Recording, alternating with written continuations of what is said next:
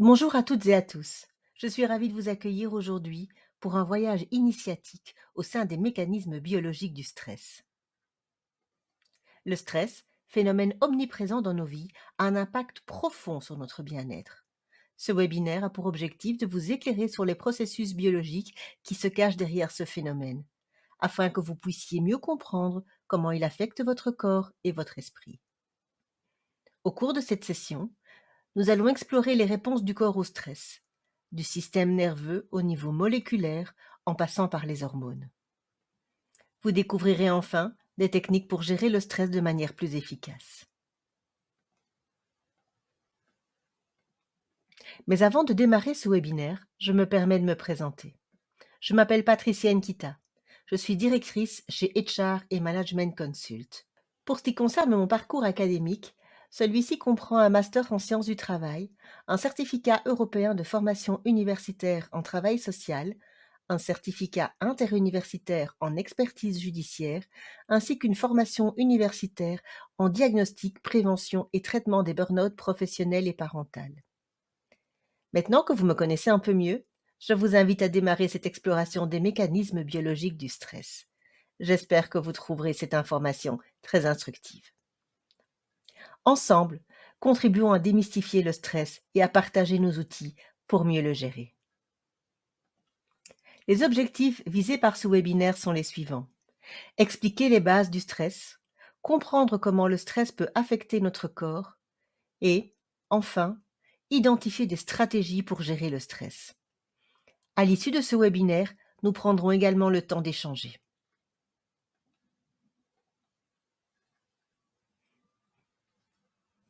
Mais qu'est-ce que le stress au juste? Pour comprendre les mécanismes biologiques du stress, intéressons-nous avant tout au concept des trois cerveaux de Paul MacLean. Ce concept est une simplification de la structure et de l'évolution du cerveau humain, qui vise à expliquer comment différentes parties du cerveau interagissent dans la gestion du stress. Il est important de noter que cette division en trois cerveaux n'est pas une classification anatomique précise, mais plutôt une manière de conceptualiser les différentes parties du cerveau en fonction de leur évolution au fil du temps. Le cerveau reptilien, en bas en orange, est la partie la plus ancienne et la plus primitive du cerveau humain. Il comprend des structures telles que le tronc cérébral et le cerveau basal. Il est responsable des fonctions vitales, de la survie et de la régulation des réponses instinctives telles que boire, manger, assurer la survie de l'espèce. Mais cela inclut aussi la lutte ou la fuite en réponse à des menaces immédiates. Dans le contexte du stress, le cerveau reptilien est responsable de la réaction de combat ou de fuite. Lorsque vous êtes confronté à une menace, cette partie du cerveau déclenche une réaction de stress aiguë pour vous aider à survivre. Le cerveau limbique, dit des mammifères inférieurs, au centre, en jaune, est une évolution ultérieure par rapport au cerveau reptilien et comprend des structures comme l'amygdale et l'hippocampe.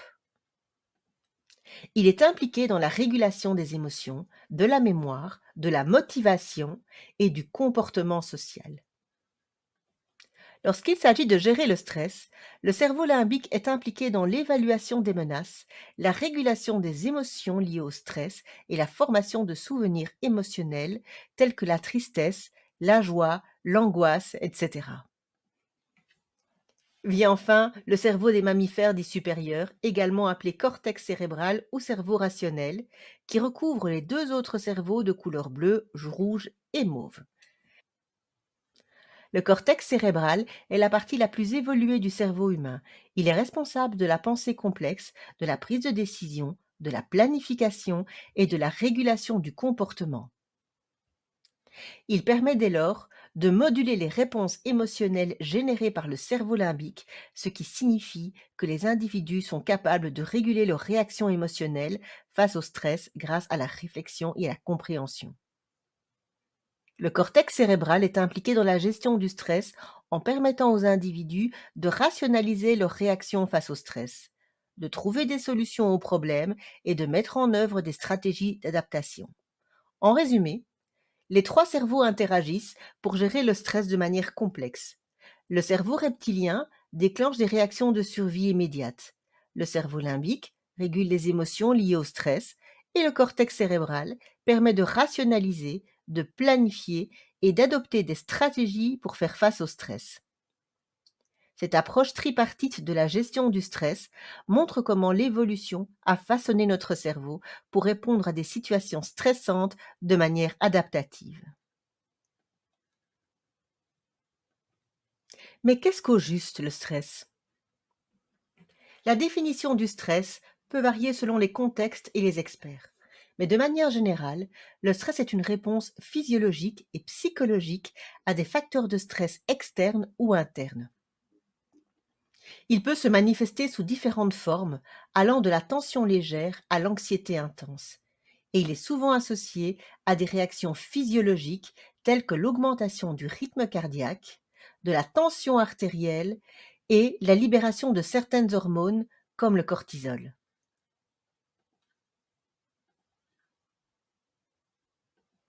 Dans cette partie, nous allons analyser comment le stress affecte notre corps. Le système nerveux autonome est une composante du système nerveux qui contrôle les fonctions involontaires de l'organisme, telles que la fréquence cardiaque, la pression artérielle, la respiration, la digestion et d'autres processus physiologiques. Dans le domaine de la biologie des émotions, le système nerveux autonome joue un rôle essentiel dans la régulation des réponses corporelles associées aux émotions. Le système nerveux autonome est divisé en deux branches principales, la division sympathique et la division parasympathique. La division sympathique est souvent associée à la réponse de lutte ou de fuite. Lorsqu'on est confronté à une situation stressante ou menaçante, cette branche du système nerveux autonome prépare le corps en mobilisant de l'énergie. Elle augmente la fréquence cardiaque, dilate les pupilles, augmente la respiration et détourne le flux sanguin vers les muscles et le cerveau pour une action immédiate. En relation avec la biologie des émotions, cette division est activée lors d'émotions telles que la peur, la colère ou l'anxiété. Elle provoque des réactions corporelles qui préparent l'organisme à faire face à des situations stressantes. La division parasympathique, souvent appelée la branche repos et digestion, agit pour maintenir l'équilibre et la régénération de l'organisme en temps de calme. Elle ralentit la fréquence cardiaque, favorise la digestion, rétrécit les pupilles et détend les muscles. Cette division du système nerveux autonome est active dans des situations de relaxation, de détente et de contentement. Elle contribue à rétablir l'équilibre après une réaction de stress ou d'émotion intense. Dans le domaine de la biologie des émotions, le système nerveux autonome est souvent étudié pour comprendre comment les émotions influencent le fonctionnement du corps. Les variations dans l'activité du système nerveux autonome peuvent être associées à des états émotionnels particuliers, et les chercheurs tentent de mieux comprendre comment le système nerveux autonome réagit lors de différentes émotions et comment ces réponses corporelles peuvent être liées à des troubles émotionnels ou psychologiques. En résumé, le système nerveux autonome est essentiel pour comprendre les réponses physiologiques aux émotions. Et ces deux divisions, sympathique et parasympathique, jouent des rôles complémentaires dans la régulation de ces réponses en fonction des situations. Hans Selye, un endocrinologue canadien, célèbre pour ses travaux pionniers sur le stress, a publié en 1936 un article qui a marqué le début de ses recherches sur le stress. Dans cet article, Selye a mis en évidence, dans ses conclusions, le concept de syndrome d'adaptation générale. Selye a décrit un modèle théorique qui postulait que lorsque le corps est exposé à des stress physiologiques ou psychologiques, il passe par une série de réponses biologiques spécifiques en trois phases. Ces phases sont l'alarme, la résistance et l'épuisement. L'idée était que ces réponses biologiques sont une réponse générale à toutes les formes de stress. Selye a montré que les réponses de stress impliquaient des modifications dans la libération d'hormones, en particulier l'activation des glandes surrénales et la production de cortisol. ces réponses hormonales étant considérées comme essentielles pour l'adaptation du corps au stress.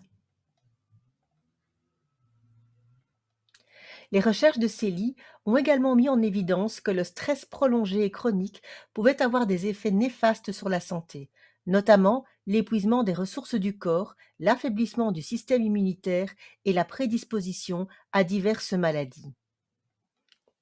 Les travaux de Hans Selye ont également contribué à la compréhension du stress en tant que concept médical et biologique.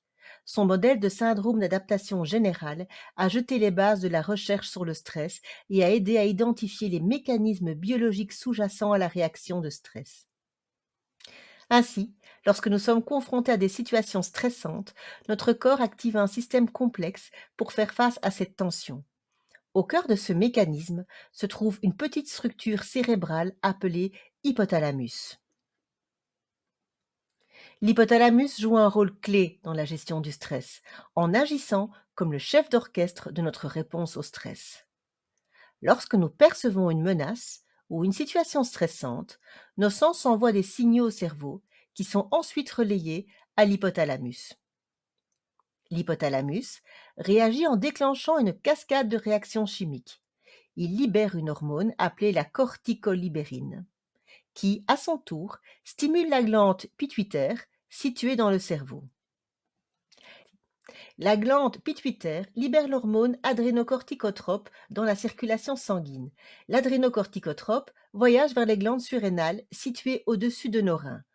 En réponse à l'adrénocorticotrope, les glandes surrénales libèrent des hormones telles que le cortisol et l'adrénaline. Le cortisol et l'adrénaline sont les deux principales hormones qui agissent pour nous aider à faire face au stress. Le cortisol est parfois appelé l'hormone du stress, car il est libéré en réponse au stress prolongé. Il a pour fonction de mobiliser l'énergie en augmentant la libération de glucose dans le sang, ce qui fournit de l'énergie aux muscles et au cerveau pour faire face à une situation stressante. Le cortisol a également un effet anti-inflammatoire, aidant à réduire l'inflammation dans le corps en cas de blessure. L'adrénaline est quant à elle souvent appelée l'hormone du combat ou de la fuite. Elle agit rapidement pour augmenter la fréquence cardiaque, dilater les bronches pour une meilleure respiration et diriger le flux sanguin vers les muscles pour une action immédiate. L'adrénaline prépare le corps à réagir rapidement en cas de menace. Cependant, lorsque le stress devient chronique ou excessif, une libération continue de cortisol et d'adrénaline peut avoir des effets négatifs sur la santé, y compris l'augmentation des risques de maladies cardiovasculaires, de troubles du sommeil et de dépression. Il est dès lors important de comprendre ces mécanismes pour mieux gérer notre stress. Le stress aigu et le stress chronique sont deux concepts différents en matière d'épuisement et de risque de burn-out, principalement en ce qui concerne leur durée et leur impact sur la santé mentale. Nous l'avons vu, le stress aigu est une réaction normale et sans danger dès lors qu'il est suivi d'une phase de détente. Les principales différences entre stress aigu et stress chronique sont la durée et la fréquence. Le stress aigu est une réponse immédiate à une situation stressante, tandis que le stress chronique persiste sur une période prolongée, ce qui peut entraîner des conséquences néfastes tant pour la santé physique que mentale. Le stress chronique est caractérisé par des niveaux de stress élevés et persistants sur une longue période, parfois des mois, voire des années. Il résulte souvent de facteurs de stress constants, comme des conditions de travail difficiles, des pressions constantes, des responsabilités excessives. Le stress aigu, même s'il peut être intense, a tendance à être temporaire et ne conduit généralement pas au burn-out.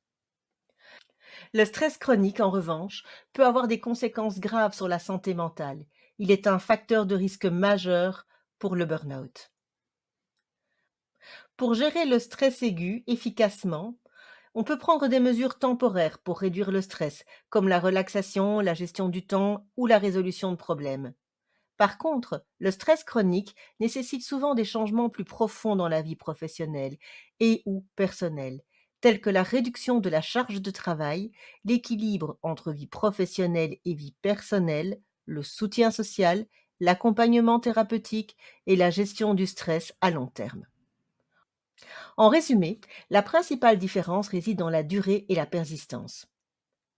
Le stress aigu est une réaction normale à des situations temporaires, tandis que le stress chronique est une tension persistante résultant de facteurs constants, ce qui le rend beaucoup plus préjudiciable au niveau de la santé mentale et augmente considérablement le risque des burn-out.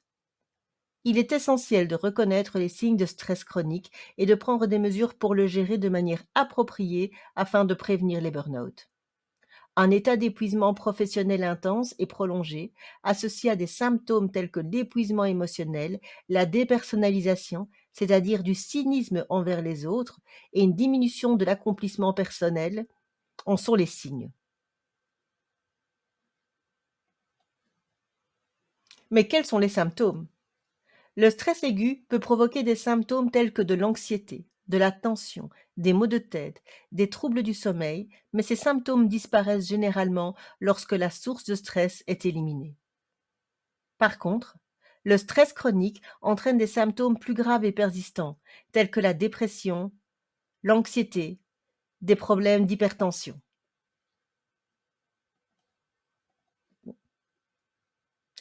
Nous l'avons vu, le stress déclenche une réaction en chaîne dans le corps. Mais quel impact a le stress sur notre système immunitaire?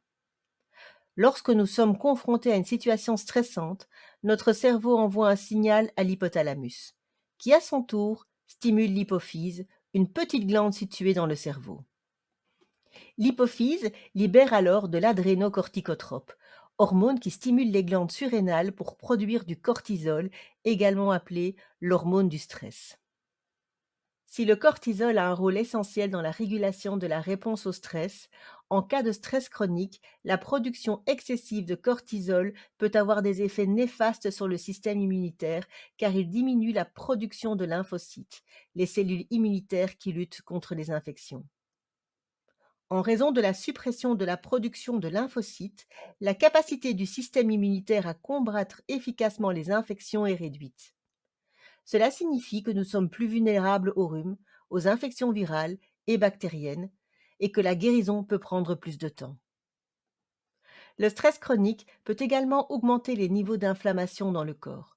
Une inflammation chronique peut provoquer des dommages au niveau des cellules et des tissus, augmentant ainsi le risque de maladies inflammatoires telles que des maladies cardiaques, le diabète de type 2 et d'autres affections. Il est important de noter que le système immunitaire est étroitement lié à notre bien-être. Le stress chronique peut également contribuer à des problèmes de santé mentale, créant un cercle vicieux où le stress affaiblit le système immunitaire, ce qui, à son tour, aggrave le stress. La bonne nouvelle, c'est que la gestion du stress aide à renforcer le système immunitaire, notamment par le biais de mécanismes de gestion tels que l'accompagnement, la respiration profonde, la méditation. Mais quels sont les effets du stress sur nos neurones? Avant toute chose, il est essentiel de noter que les effets sur les neurones dépendent de la gravité et de la durée du stress. Le stress aigu, de courte durée, peut activer des mécanismes de défense adaptatifs, tandis que le stress chronique peut avoir des effets délétères sur le cerveau. En effet, il peut avoir un impact significatif sur le fonctionnement des neurones et sur la santé du cerveau. Voici les principaux effets potentiels du stress sur nos neurones. Tout d'abord, une neuroplasticité altérée. Dans ce cas, le stress chronique altère la capacité du cerveau à s'adapter et à remodeler ses connexions neuronales, pouvant ainsi entraîner des difficultés d'apprentissage et de mémoire. Ce processus est appelé neuroplasticité. Ensuite, une dégénérescence neuronale pouvant contribuer à la mort cellulaire, y compris la mort de nos neurones, un phénomène connu sous le nom d'apoptose. Dans ce cas, on constate une diminution de la masse cérébrale.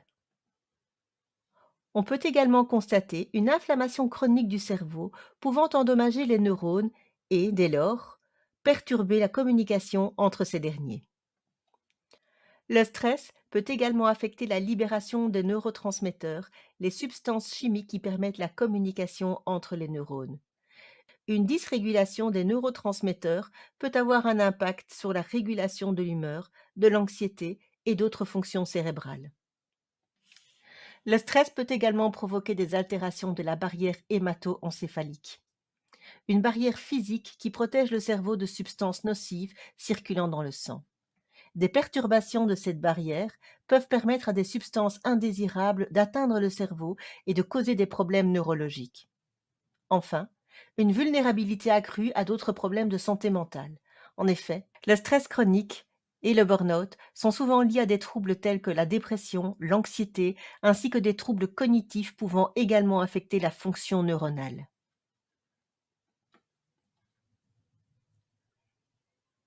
Face à un tel tableau, on comprend mieux pourquoi, en cas de stress chronique ou de burn-out, il est recommandé de consulter un spécialiste en prévention et accompagnement de la charge psychosociale afin d'obtenir de l'aide et des conseils en termes de stratégie de gestion du stress. Avant toute chose, il faut identifier l'origine du stress et les causes racines afin de mettre en place un suivi médical et un accompagnement thérapeutique adapté et professionnel. L'identification des causes racines est une démarche de résolution de problèmes partant du constat qu'il est plus judicieux de traiter les causes d'un problème que d'en traiter les symptômes immédiats. En complément d'un accompagnement adapté et professionnel, il existe de nombreuses stratégies pour contribuer à gérer le stress et maintenir le bien-être mental et physique. Pour n'en citer que quelques exemples, la cohérence cardiaque et la relaxation, qui sont des méthodes simples et très efficaces pour réduire le stress.